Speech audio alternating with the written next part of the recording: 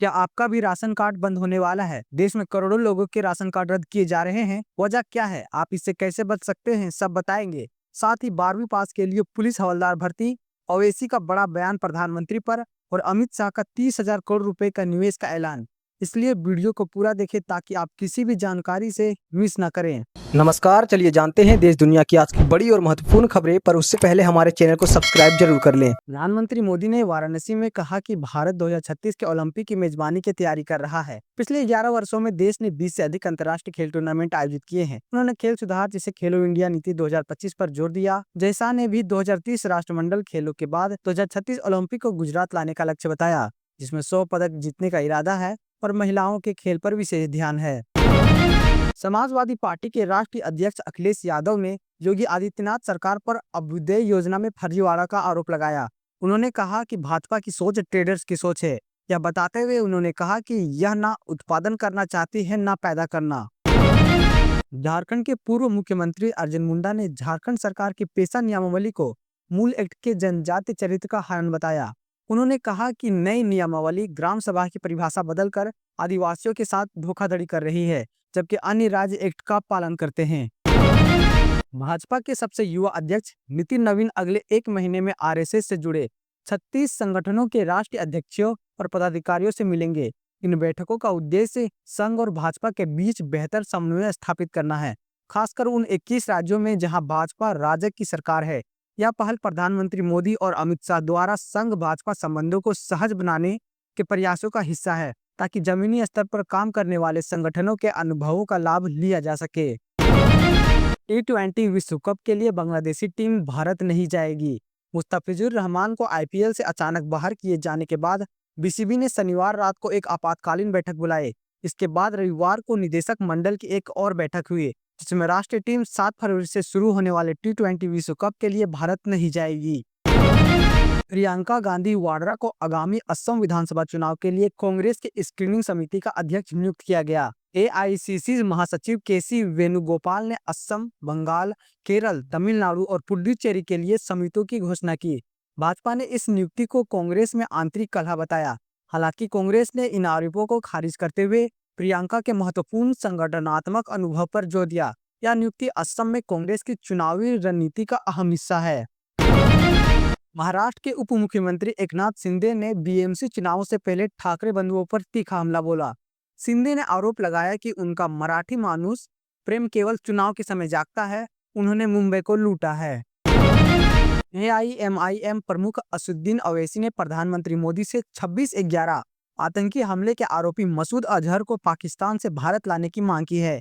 उन्होंने अमेरिका द्वारा वेनेजुएला के राष्ट्रपति निकोलस मादुरो को गिरफ्तार करने का हवाला देते हुए कहा कि जब ट्रंप ऐसा कर सकते हैं तो आप ऐसा क्यों नहीं कर सकते। केंद्रीय गृह मंत्री अमित शाह ने शनिवार को देश भर में फोरेंसिक लैब्स नेटवर्क बनाने के लिए 30,000 करोड़ निवेश करने की घोषणा की है। गृह मंत्रालय की संसदीय सलाहकार समिति की बैठक की अध्यक्षता करते हुए यह घोषणा की। बैठक में राष्ट्रीय सुरक्षा, आपदा प्रबंधन, साइबर सुरक्षा और क्षेत्रीय बुनियादी ढांचे से संबंधित मुद्दों पर चर्चा हुई। शाह ने कहा कि फोरेंसिक विज्ञान विभाग के मानकीकरण के लिए दिशा निर्देश जारी किए गए हैं। नए साल के पहले सप्ताह में उत्तर भारत सर्दी की चपेट में है। दिल्ली, पंजाब, हरियाणा, उत्तर प्रदेश समेत मैदानी इलाकों में घना कोहरा और शीतलहर ने जनजीवन अस्त व्यस्त कर दिया है, जबकि जम्मू कश्मीर और हिमाचल प्रदेश के ऊपरी इलाकों में ताजा बर्फबारी ने पर्यटकों को आकर्षित किया। भारतीय मौसम विभाग IMD के अनुसार यह मौसमी स्थिति कुछ अगले दिनों तक रहेगी। इंदौर में खत्म नहीं हो रहा दूषित पानी का कहर। शनिवार को उल्टी दस्त के नए 65 मरीज मिले। इनमें से 15 को अस्पताल में भर्ती किया गया, शेष को प्राथमिकी उपचार के बाद घर भेजा गया।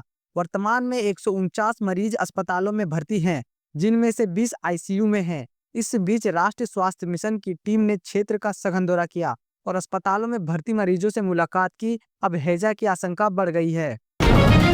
भारत ने वेनेजुएला में अपने नागरिकों के लिए एडवाइजरी जारी की है। यह एडवाइजरी अमेरिका द्वारा वेनेजुएला के राष्ट्रपति निकोलस मादुरो की गिरफ्तारी के कारण उत्पन्न स्थिति के मद्देनजर जारी की गई।